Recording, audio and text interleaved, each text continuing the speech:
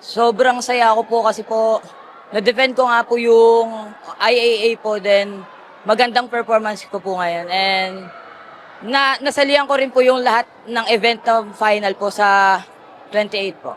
Yung popularidad ng gymnastics, pumutok siya dahil kay Kuya Carlos. Opo. After winning Paris Olympics, anong naging epekto nun sa'yo? Mas lalo ko pa pong pinursige yung pagtitraining ko, then lahat po ng skills ko ginagawa ko po ng maayos.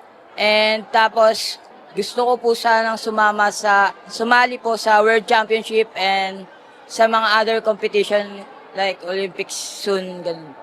Kailangan ko po improve yung lahat ng event ko po. Kailangan ko pa pong patasin yung mga difficulty, starting value ko po. Ayun po.